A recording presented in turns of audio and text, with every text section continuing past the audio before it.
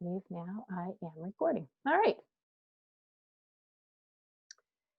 So, my name is Christine Bial. I use she, her pronouns, and I am speaking to you from the unceded tribal lands of the Kansa, Osage, and Kickapoo, where I live in Lawrence, Kansas. I am the Director of Grant Programs for Mid-America Arts Alliance, one of 6 regional arts organizations in the country. Our mission is more art for more people, and our mission is to strengthen and support artists, cultural organizations, and communities across our 6-state region and beyond. Based in Kansas City, Missouri, Mid-America offers professional development programs, touring exhibitions, and grants to artists and organizations in Arkansas, Kansas, Missouri, Nebraska, Oklahoma, and Texas. Mid-America Arts Alliance is the administrator and manager of the Musicians and Music Venues Economic Relief Program on behalf of the City of Houston Mayor's Office of Cultural Affairs. Thanks to the Mayor's Office of Cultural Affairs, $3 million in Coronavirus Aid Relief and Economic Security Act funding, or as it is commonly referred to, CARES funding, is now available for Houston-based musicians and music venues alike. This presentation will focus on what is needed on behalf of music venues to apply for the funding. Another presentation will be held later today, actually, and recorded for musicians. And there are some similarities in the application process, but they are not identical. So if you are also an artist, you may want to join, or a musician rather, you may want to join in that one. The intent of this funding is to support live music venues and musicians to help sustain a culture that has been critically impacted by the current public health crisis, and many fear may be one of the last to come back, if at all, post-pandemic. So as we set up this grant program, we came to realize that there is no standard or universal definition for a music venue. So for the purposes of this grant, a music venue is defined as a Houston-based nonprofit or for-profit organization that derives 51% or more of its gross receipts from ticket sales for performances of local musicians. So let's break that out a little bit more. Houston-based, meaning that the venue is located in the City of Houston limits, as verified by the online Council of Members mapping tool. If you are uncertain about those specifics, then I refer you to the mapping tool found on the Houston City Council website, which I think I've got pulled up right here. The link for this is also in the chat. You would simply follow the instructions here to find out whether or not you're within the Houston city limits, which would verify that you are eligible to apply, whether you're a musician or a venue.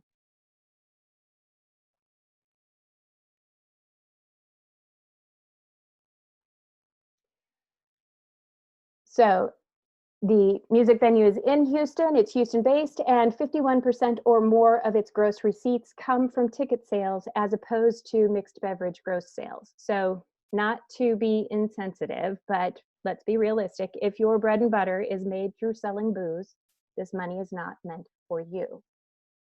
Furthermore, the venue must be in good standing with the city and be able to provide evidence in the application of how business revenue has decreased due to COVID-19.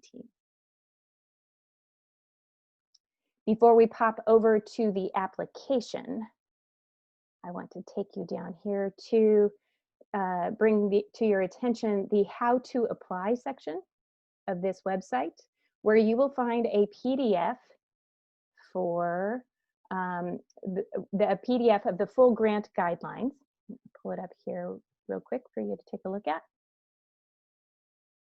So here are the full grant guidelines for venues, and it lists out all of the various criteria and much, if not all, of the information that I am going to bring to your attention today. I want to bring specifically to your attention the grant amount and the terms of support. Musicians can submit one application for a one-time non-matching relief grant for up to $5,000, and venues may support one application for a one-time non-matching relief grant for up to $100,000. That will be determined on budget size. There'll be $50,000 and $100,000 based upon budget size that'll be distributed to venues.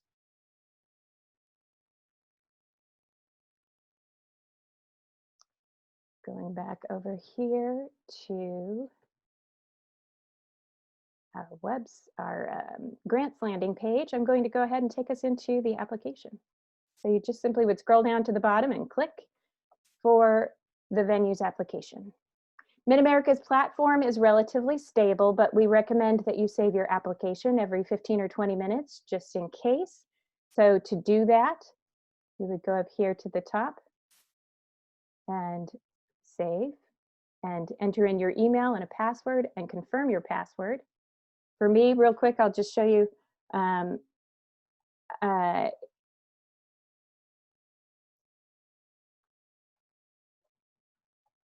once you have saved it, once you save it, you would go to your inbox and an email would show up there. I haven't filled out the form, so it's giving me troubles because of that. But nevertheless, you would save it. You'll go to your email in order to resume, or you can simply click resume and continue on.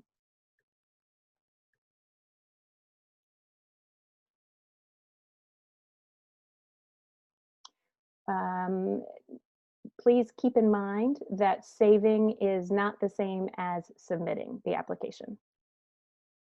So there are 3 sections to this application.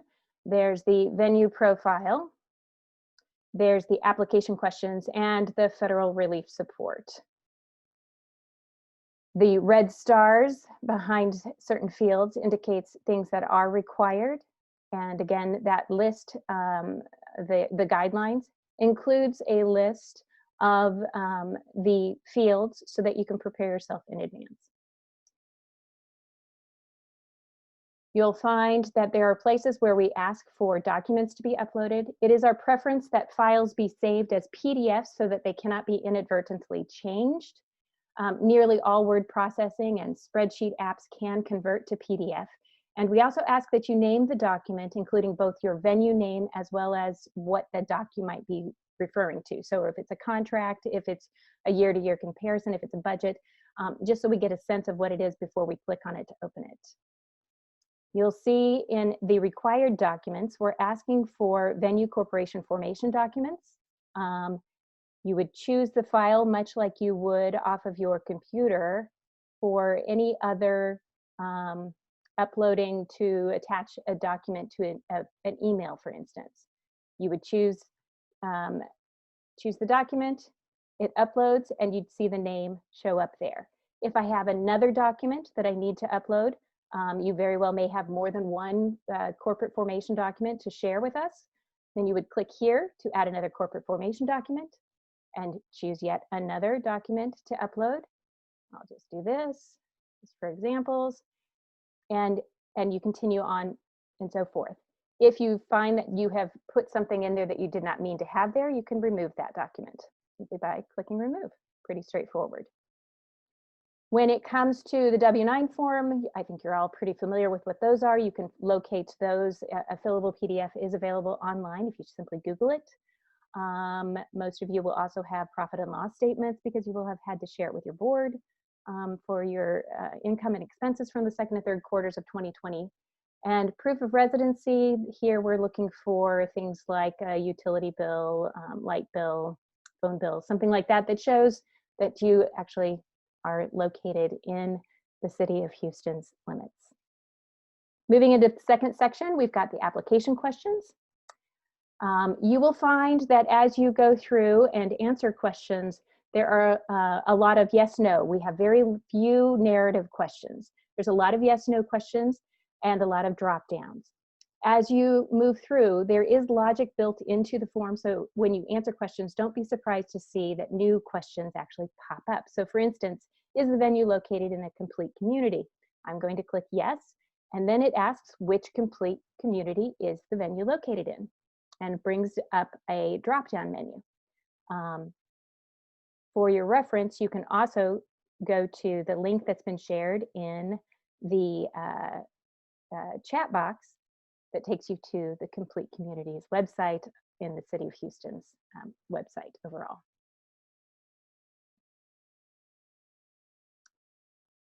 If you were to answer no, of course, that pop-up message would not show up. And frankly, there are quite a few questions throughout the application that do have those pop-ups. So just simply keep working your way through. Whatever it is that you've answered, the right questions are coming up as you go. You'll find for venues that we have a couple of accessibility questions. This is the 30th anniversary of the ADA being signed into law, the Americans with Disabilities Act. So I hope you have most, if not all, of these accommodations in place, or at least can make them available upon request. These are yes/no questions. So again, it should be pretty straightforward. Some actually may, it looks like, yeah, there's some that are not applicable, perhaps, depending on what kind of venue you are and what it is that you're doing.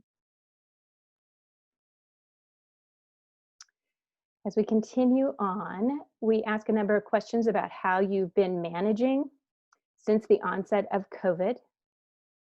Here in this section, COVID-19 impact and response.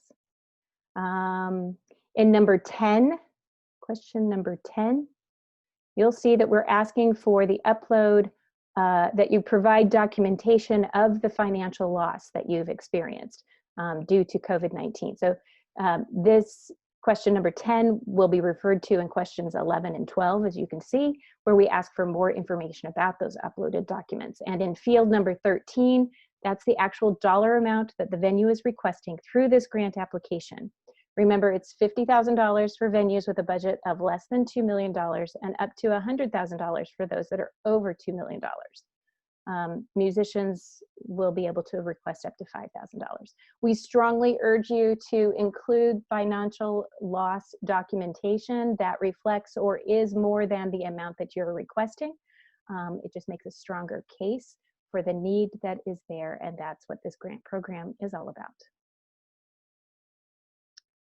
In section 3 of the grant application, we come across questions about federal COVID-19 relief support that you may or may not have applied for. This is referencing financial relief that you have applied for since March of 2020. Again, there is logic built into these questions, so don't be surprised if additional questions arise as you answer them. And so some of them, it really is just yes, no, choose which ones that you may have applied for or not, as the case may be. And there's just continues to be additional questions that get asked. And last but not least, we have the certification and assurance of compliance. Keep in mind that these dollars are federal dollars, and so you must certify that the information you have provided is true, and that to the best of your knowledge, you are in compliance, that your venue is in compliance with local, state, and federal statutes.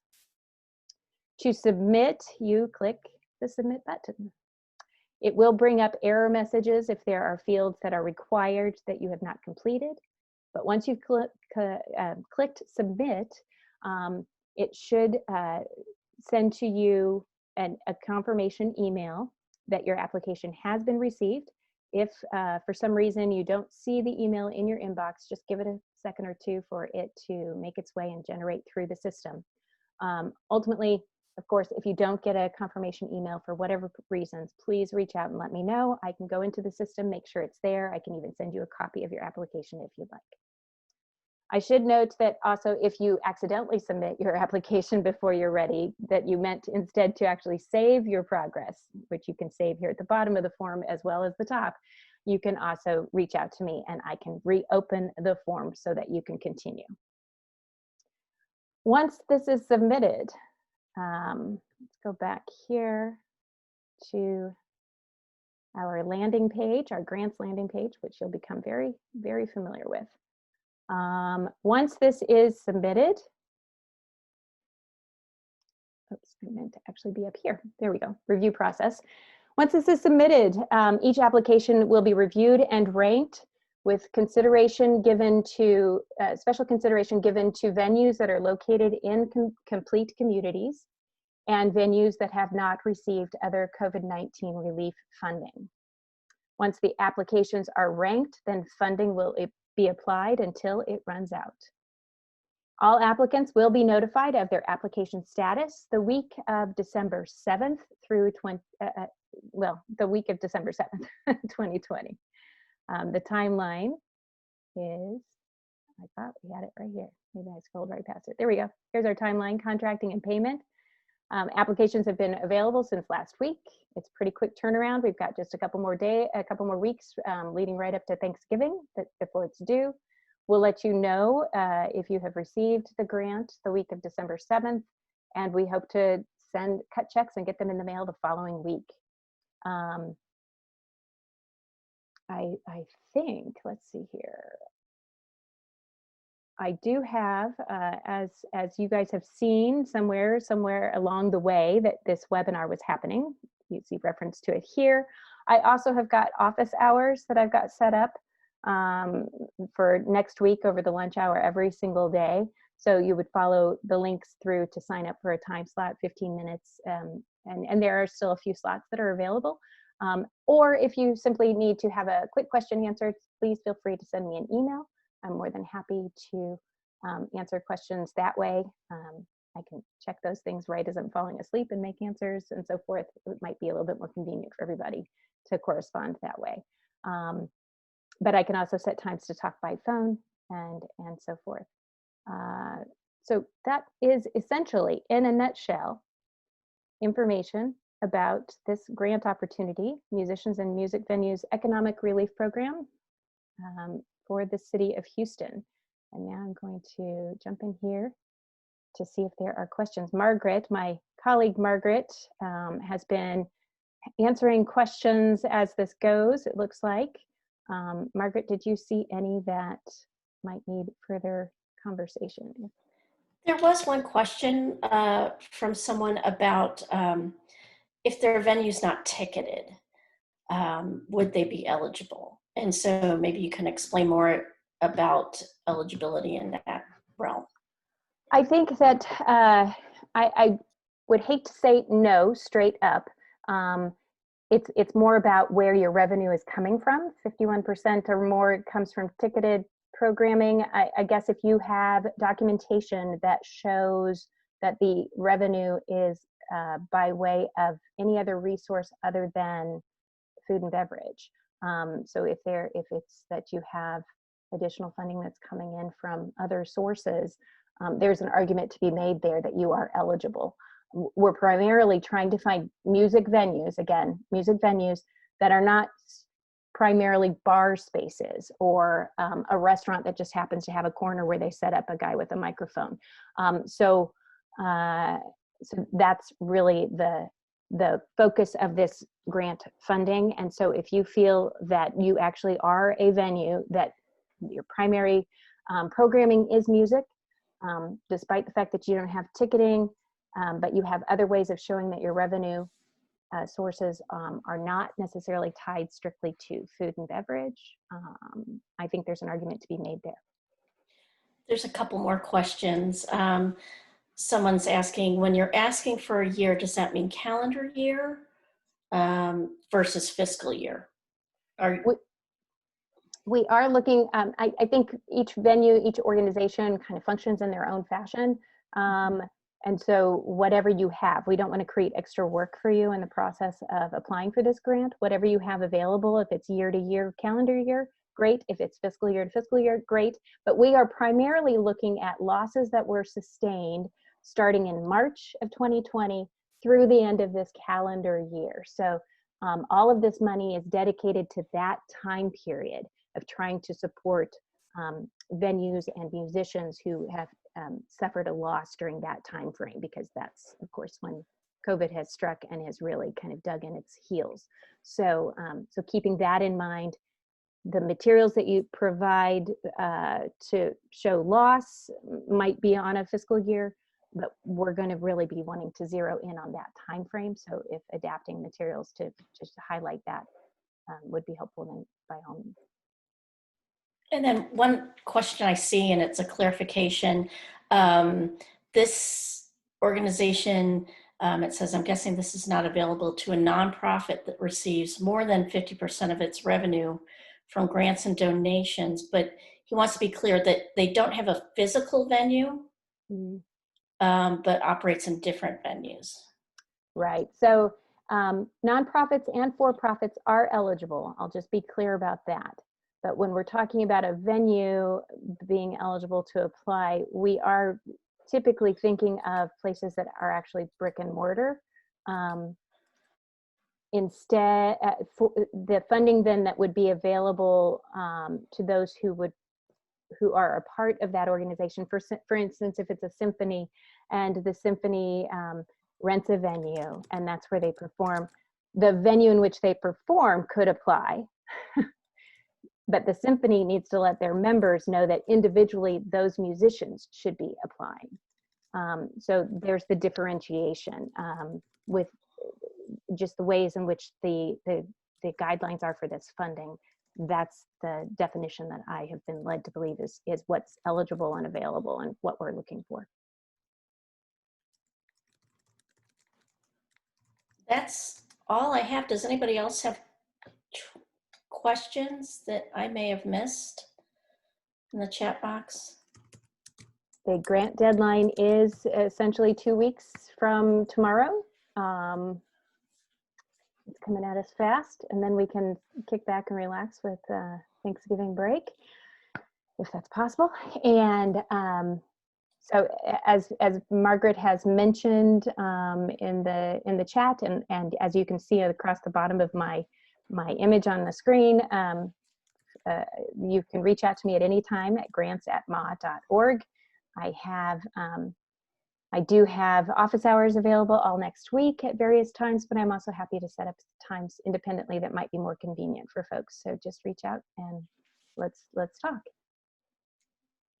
If there are no other questions, then I think we may be finished and we'll just wrap it up. And I look forward to seeing your applications come through. Please hang in there. You're doing such good work and I really want to see you come through. Take care and we'll see you soon. Thank you, everyone.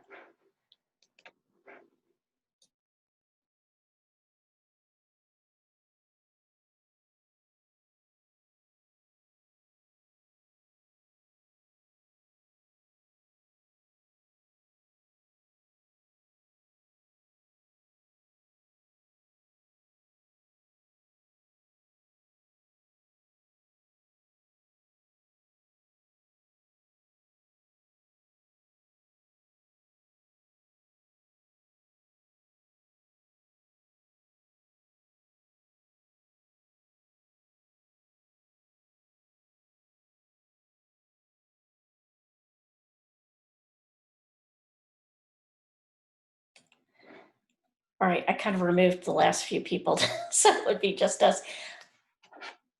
Great. How did you feel? You know what? I think that we forgot to hit record. Did we? Because I show that we are recording. Let me pause or stop my recording on this